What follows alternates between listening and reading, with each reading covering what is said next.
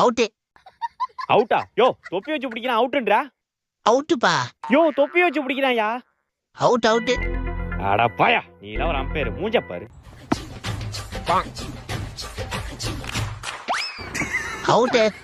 எதையா அவுட்டு? பக்கெட்ல வச்சு பிடிக்கிறான் அவுட்டுன்றா? பால் கீழே படல அவுட்டு தான். பால் கீழே போடலன்னா பக்கெட்டையா அது? அவுட்டுப்பா கிளம்பு. மூஞ்ச பாரு பண்ணி படைச்சு மாதிரி. நீ வாடா பாத்துக்கலாம், வாடா வாடா.